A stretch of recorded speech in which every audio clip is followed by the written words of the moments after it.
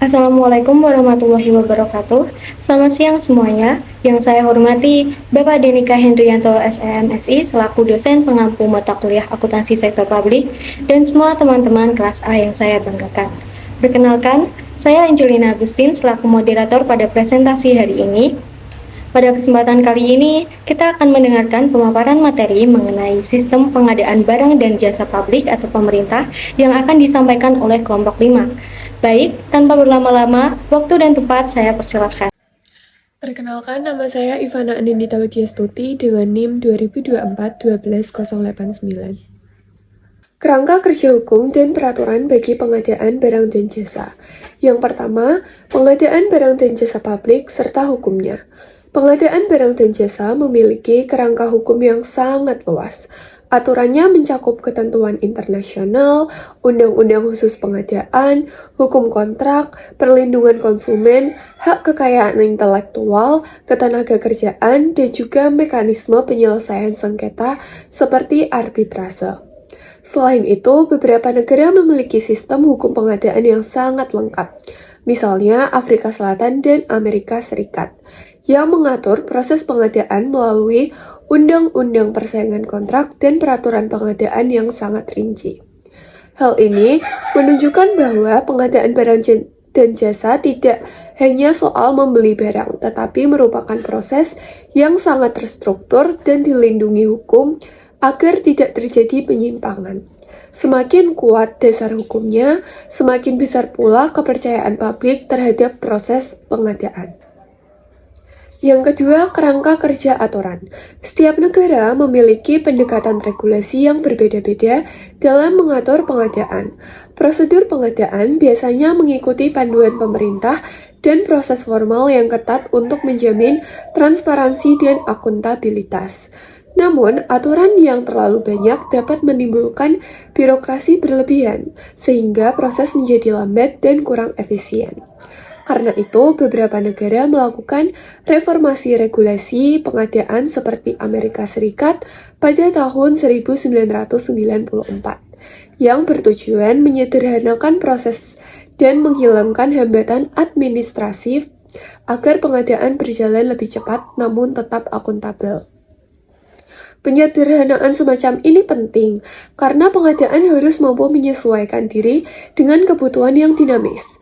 Dengan regulasi yang lebih efisien, pemerintah dapat merespon kebutuhan publik secara lebih tepat, terutama pada kondisi darurat atau proyek prioritas nasional. Kenalkan, namaku Marita Ulum Alifah, NIM 2024-12133. Kali ini aku akan melanjutkan pemaparan materi dari temanku sebelumnya yang akan membahas mengenai penggunaan kode model atau model code dan manual dan prosedur. Langsung aja kita ke materi yang pertama, yaitu penggunaan kode model atau model code. Dalam beberapa tahun terakhir, banyak negara mulai mengadopsi kode model pengadaan barang dan jasa sebagai kerangka dasar yang kemudian akan diadopsi oleh pemerintah daerah. Kode model ini berfungsi sebagai standar universal yang dapat disesuaikan dengan kebutuhan lokal. Ada dua contoh kode model yang paling berpengaruh. Yang pertama ada Procurement Code for States and Local Government of America yang digunakan di Amerika Serikat, dan yang kedua ada model hukum pengadaan dari UNCTAD pada tahun 1994 dan banyak diadopsi oleh negara berkembang dan miskin. Kenapa penggunaan kode model ini penting? Tujuannya itu ada menyatukan berbagai model hukum, terus meningkatkan efisiensi dan mengurangi potensi korupsi atau penyalahgunaan dalam pengadaan barang dan jasa. Selanjutnya kita ke materi yang kedua, yaitu manual dan prosedur. Ada 3 jenis manual yang umum diketahui. Yang pertama ada manual kebijakan yang termasuk ke aturan pembelian dan prosedur administratif. Yang kedua ada manual prosedur operasi praktek internal yang berisi panduan praktis untuk para staf internal. Yang ketiga ada manual vendor yang sering kali berbentuk booklet mengenai panduan atau bagaimana melakukan kerjasama dengan organisasi sektor publik. Selain itu, setiap organisasi harus memiliki dokumentasi yang lengkap. Unsur utama dari sistem dokumentasi dari pengadaan barang dan jasa ini adalah yang pertama ada manual kualitas, yaitu standar mutu pengadaan barang dan jasa. Yang kedua ada standar prosedur pelaksanaan atau yang kita sering kenal dengan SOP atau standar operating procedures. Yang ketiga ada perubahan kebijakan pengawasan, yang keempat ada kode pelaksanaan, yang kelima ada panduan mengenai konflik kepentingan untuk mencegah benturan yang terkait dengan kepentingan masing-masing. Yang keenam ada daftar prakualifikasi produk dan organisasi pemasok barang dan jasa. Yang ketujuh ada penyelenggaraan catatan agar catatan atau dokumen tersimpan rapi dan teratur. Perkenalkan, saya Diah Ayu Pramesti, NIM 202412137. Di sini saya akan melanjutkan materi tentang siklus pengadaan barang dan jasa sektor publik. Siklus pengadaan barang dan jasa sektor publik mengacu pada proses sistematis yang dilakukan oleh instansi pemerintah untuk memperoleh barang atau jasa yang diperlukan sesuai dengan prinsip-prinsip transparansi, efisiensi, dan akuntabilitas, di mana di Indonesia ini diatur dalam Undang-Undang Nomor 2 Tahun 2017 tentang pengadaan barang atau jasa pemerintah. Yang pertama yaitu penetapan peraturan pelaksanaan anggaran, di mana pemerintah atau pimpinan instansi membuat aturan resmi tentang bagaimana anggaran boleh digunakan. Ini menjadi dasar hukum untuk melakukan pengadaan. Yang kedua yaitu distribusi anggaran ke masing-masing organisasi atau unit. Anggaran kemudian dibagikan kepada unit atau bagian yang membutuhkan sesuai rencana kerja mereka. Yang ketiga yaitu pembuatan perencanaan pengadaan barang dan jasa. Unit kerja membuat rencana detail barang atau jasa apa yang dibutuhkan, jumlahnya, spesifikasinya, kapan dibutuhkan, dan perkiraan biayanya. Yang keempat yaitu penentuan program yang barang atau jasanya perlu dikelola.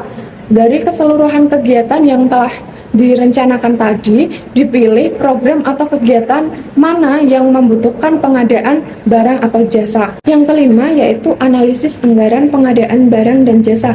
Instansi mengecek apakah anggaran cukup, apakah sesuai harga pasar, dan apakah pengadaan tersebut memang diperlukan. Yang keenam yaitu pengumuman pengadaan. Informasi kebutuhan pengadaan diumumkan kepada publik supaya pelaku usaha bisa ikut serta. Yang ketujuh yaitu proses tendering. Dilakukan proses pemilihan penyedia barang atau jasa bisa melalui tender, seleksi, atau metode pengadaan lain sesuai aturan. Yang kedelapan yaitu pengumuman hasil pengadaan. Setelah proses pemilihan selesai, instansi mengumumkan penyedia yang memenangkan pengadaan tersebut. Yang kesembilan yaitu penandatanganan SPK atau surat perintah kerja. Pihak pemerintah dan penyedia menandatangani kontrak atau SPK sebagai tanda setuju untuk melaksanakan pekerjaan sesuai kesepakatan. Yang ke-10 yaitu pengerjaan pengadaan, di mana penyedia mulai mengerjakan sesuai kontrak seperti membuat, mengirim, atau menyediakan barang atau jasa yang dipesan.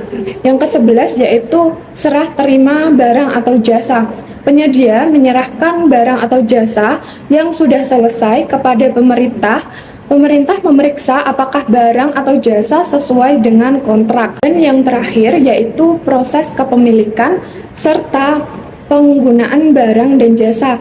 Setelah barang atau jasa diterima dan dinyatakan sesuai, barang tersebut menjadi milik pemerintah dan boleh digunakan untuk kegiatan pelayanan publik. Sebelumnya, perkenalkan, saya Ananda Hervi Putri dengan NIM 2024-12-13-8.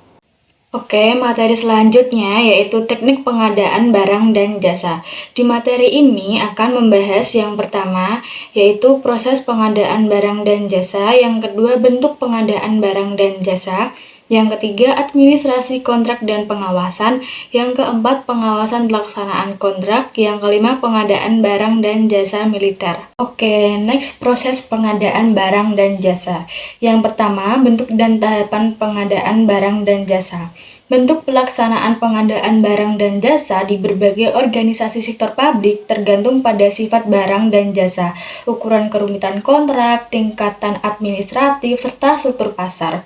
Prosedur pengadaan barang dan jasa secara khusus dapat dikembangkan serta diaplikasikan pada kasus tertentu seperti penawaran yang kompetitif, pembelanjaan, kontrak langsung, kekuatan akun, dan pengadaan barang jasa melalui agen. Organisasi sektor publik dapat mempekerjakan perusahaan atau konsultan yang memiliki keahlian dalam pengadaan barang dan jasa. 2. Persaingan penawaran. Sistem penentuan nilai ambang untuk mengharuskan pengadaan lewat tender kompetitif, menjamin keadilan, transparansi, dan mencegah manipulasi. Penawaran kompetitif dilakukan terbuka bagi semua pemasok yang memenuhi syarat. 3. Proses pra-penawaran. Pra-penawaran untuk penyusunan dokumen dan spesifikasi, pengumuman dan undangan publik, pembukaan penawaran sesuai jadwal, evaluasi penawaran berdasarkan kriteria yang telah ditentukan, pengumuman pemenang dan pemberian kontrak. Yang keempat, pengumuman dan undangan publik untuk menawar. Pengumuman penawaran harus dipublikasikan dengan bahasa yang mudah dipahami, sehingga kontraktor kecil dan organisasi masyarakat dapat mengikuti penawaran, memberi kesempatan luas kepada pemasok potensial, menjamin akses informasi yang adil untuk semua. Yang kelima, pembukuan dan evaluasi penawaran. Dilakukan transparan pada waktu dan tempat yang ditentukan, disaksikan penawar.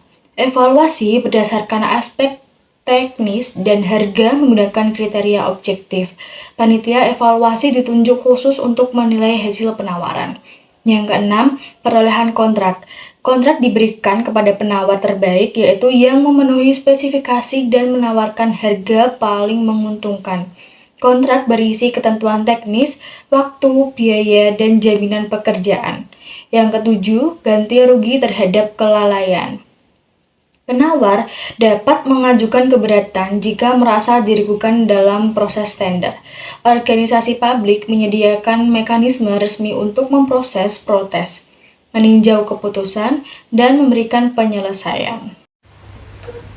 Perkenalkan, nama saya Angelina Agustin, NIM 202412144. Kali ini saya akan membahas mengenai bentuk pengadaan barang dan jasa. Nah, ada 6 bentuk pengadaan barang dan jasa yang biasa digunakan dalam instansi pemerintah maupun organisasi lainnya. Setiap metode ini memiliki tujuan, kelebihan, dan resiko masing-masing. Pengadaan dari sumber tunggal. Bentuk pengadaan ini dilakukan hanya melalui satu penyedia. Yang dimaksud satu penyedia ini adalah hanya ada satu perusahaan atau penjual yang mampu menyediakan barang atau jasa tersebut, tidak dilakukan proses lelang atau seleksi kompetitif. Penyedia dipilih langsung karena keterbatasan pilihan. Contohnya seperti alat medis yang hanya diproduksi oleh satu perusahaan tertentu, perbaikan mesin yang hanya bisa dilakukan oleh teknisi resmi dari perusahaan pembuatnya. Nah, kemudian metode ini biasanya digunakan saat keadaan mendesak, barang sangat spesifik, atau tidak ada pilihan lain di pasar. Metode ini cenderung cepat, tetapi membutuhkan pengawasan ketat karena beresiko disalahgunakan jika tidak dipantau. Yang kedua adalah permintaan proposal atau RFP. Metode ini dipakai ketika kualitas layanan lebih penting daripada harga. Penyedia diminta mengajukan proposal terperinci, kemudian proposal tersebut dinilai dan dinegosiasikan. Kelebihan dari metode ini, pemilihan pemenang tidak hanya berdasarkan harga, tetapi berdasarkan kemampuan dan kecocokan layanannya.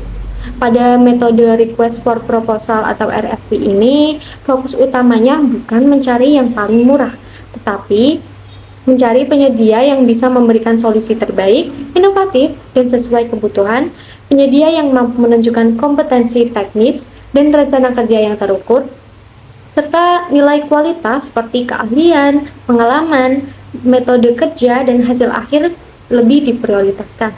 Contohnya seperti pengadaan sistem informasi, konsultan, pelatihan, desain interior, atau proyek yang membutuhkan kreativitas dan keahlian teknis. Mengapa harga tidak menjadi hal utama dalam metode ini? Karena jika mengejar harga murah, kualitas proyek bisa gagal atau hasilnya tidak sesuai dengan harapan. Yang ketiga adalah pengadaan antar instansi pemerintah. Dalam metode ini, pemerintah dapat membeli barang atau jasa dari instansi pemerintah lainnya. Tujuannya untuk meningkatkan efisiensi, memperkuat koordinasi antar instansi, dan mengurangi ketergantungan pada sektor swasta. Efisiensi dalam konteks ini berarti pemerintah tidak perlu membeli dari pihak swasta yang seringkali lebih mahal. Pengadaan lebih cepat karena tidak harus melalui proses tender panjang dan menghindari duplikasi layanan antar instansi. Contohnya seperti Kementerian A membeli data dari instansi pemerintah B yang sudah memiliki sistem datanya, sehingga lebih hemat biaya dan lebih cepat. Yang keempat adalah belanja bernilai kecil, dipakai untuk kebutuhan dengan nilai rendah, sehingga prosedurnya dibuat lebih sederhana dan cepat. Belanja bernilai kecil ini menggunakan prosedur yang dipersingkat. Tidak perlu dokumen yang rumit, biasanya menggunakan minimal 3 penawaran harga saja dan cocok untuk kebutuhan kecil yang mendesak namun kecil. Contohnya, pembelian ATK, perbaikan lampu kantor, penggantian mouse atau keyboard, dan kebutuhan operasional harian lainnya. Kelemahan dari metode ini, walaupun praktis, metode ini bisa menurunkan standar kualitas dan beresiko memunculkan kolusi jika tidak diawasi. Yang kelima adalah pengadaan melalui organisasi masyarakat atau nirlaba. Jenis ini melibatkan organisasi lokal, terutama untuk layanan sosial atau proyek berbasis komunitas. Layanan sosial ini seperti pemberdayaan masyarakat, pelayanan kesehatan masyarakat, program pendidikan, pelatihan keterampilan masyarakat, pembangunan berbasis komunitas. Nah, pendekatan ini juga cocok untuk memenuhi kebutuhan lokal dan sering digunakan untuk kebijakan affirmative action. Lalu, mengapa sih dipilih organisasi komunitas? Karena mereka ini lebih dekat dengan masyarakat, lebih memahami kebutuhan lokal, dan seringkali lebih dipercayai oleh warga. Yang terakhir atau yang keenam adalah pengadaan pada proyek dengan dana donor. Digunakan jika proyek dibiayai oleh donor internasional seperti World Bank atau ADB, Asian Development Bank atau Bank Pembangunan Asia. Proses pengadaan biasanya mengikuti standar ketat dari donor, menekankan transparansi persaingan sehat, efisiensi, serta kepatuhan pada aturan donor. Nah, donor internasional seperti World Bank atau IDB ini mempunyai aturan sendiri agar dana bantuan digunakan dengan benar. Standar ketat ini meliputi transparansi penuh atau dokumen harus terbuka, persaingan sehat, semua vendor punya hak ikut, seleksi ketat berbasis kualitas dan biaya, audit eksternal, dan kemudian pelaporan detail dan berkala. Tujuan dari semua persyaratan ini adalah menghindari korupsi dan memastikan proyek benar-benar selesai dengan kualitas yang baik. Perkenalkan, nama saya Ulia Moldovais, NIM 202412152. Di sini saya akan menjelaskan tentang administrasi kontrak dan pengawasan. Administrasi kontrak adalah proses mengelola seluruh kegiatan yang berhubungan dengan kontrak, mulai dari perencanaan, penyusunan isi kontrak, pelaksanaan di lapangan, sampai evaluasi akhir. Tujuannya memastikan kontrak berjalan sesuai ketentuan dan bisa dipertanggungjawabkan. Lalu ada pentingnya administrasi kontrak. Tanpa administrasi yang baik, kontrak bisa menimbulkan konflik, bahkan penyalahgunaan. Berikut beberapa alasannya. Pertama, menjamin kontrak dilaksanakan sesuai isi kesepakatan. Kedua, mengurangi resiko konflik antara pemerintah dan kontraktor. Ketiga, menjaga akuntabilitas publik dan mencegah KKN. Administrasi kontrak berfungsi sebagai alat kontrol agar tidak terjadi penyimpangan. Yang keempat, mengatur standar kinerja serta kualitas output. Kontrak berisi target, mutu, dan indikator kinerja sehingga hasil pekerjaan bisa diukur. Yang terakhir, menghindari penundaan dan pembengkakan biaya. Lalu ada masalah umum dalam administrasi kontrak. Dalam praktik, masih banyak masalah yang sering muncul. Biasanya terjadi karena penyusunan kontrak yang kurang matang. Beberapa masalahnya yaitu pertama, tidak ada standar kinerja yang jelas, kedua, isi kontrak yang ambigu, yang keempat, pengawasan lemah sehingga kontraktor bertindak semaunya, yang kelima, koordinasi buruk antar pihak terkait. Lanjut, ada komponen penting administrasi kontrak. Yang pertama, perencanaan kontrak. Pada tahap awal, perencanaan kontrak menjadi fondasi penting karena menentukan arah pelaksanaan. Jika perencanaan kurang jelas, maka resiko masalah di tahap berikutnya semakin besar. Beberapa perencanaannya yaitu menentukan ruang lingkup pekerjaan, menetapkan spesifikasi teknis, dan menyusun standar kinerja indikator keberhasilan. Selanjutnya ada pelaksanaan kontrak. Setelah direncanakan, kontrak masuk tahap pelaksanaan. Di sini, komunikasi dan koordinasi sangat berperan agar pekerjaan berjalan lancar. Pelaksanaannya yaitu koordinasi antara pemerintah dan kontraktor, lalu penjadwalan pelaksanaan, dan komunikasi rutin untuk memantau perkembangan. Selanjutnya ada pengendalian kontrak. Tahap ini memastikan pelaksanaan sesuai rencana. Pengendalian dilakukan dengan pemeriksaan lapangan dan pengecekan kualitas. Pengendaliannya yaitu menguji kesesuaian pekerjaan dengan spesifikasi agar hasil sesuai dokumen kontrak. Kedua, mencatat penyimpangan dan tindakan korektif. Setiap kekurangan harus diperbaiki. Yang ketiga, menilai kualitas output kontraktor. Seberapa baik hasil pekerjaan yang dihasilkan. Lalu, terakhir ada evaluasi dan penyelesaian kontrak.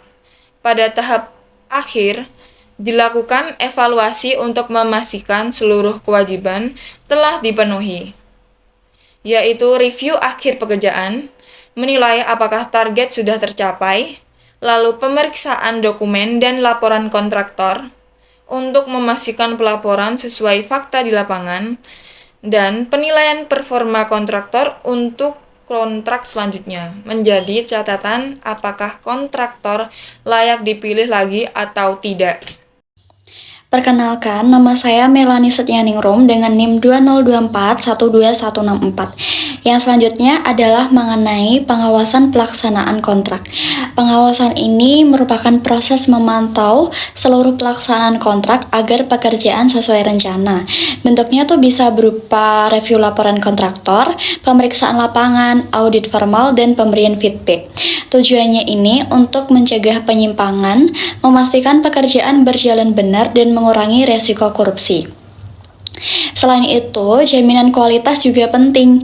Pemerintah ini harus punya standar teknis, pedoman pemeriksaan, dan evaluasi vendor agar hasil kerja sesuai ketentuan dan integritas proses pengadaan tetap terjaga. Yang selanjutnya adalah mengenai pengadaan barang dan jasa militer.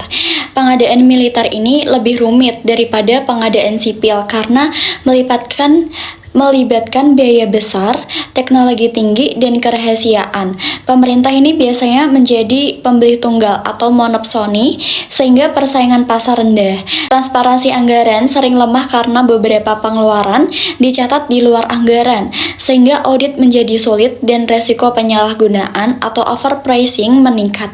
Negara maju biasanya mengurangi ketergantungan impor dengan memakai pemasok lokal. Namun, negara berkembang menghadapi masalah seperti regulasi lemah, korupsi, dan ketergantungan pada luar negeri, sehingga belanja militer dapat memperbesar beban utang. Terima kasih kepada Bapak Denika dan teman-teman serta pemateri atas partisipasinya.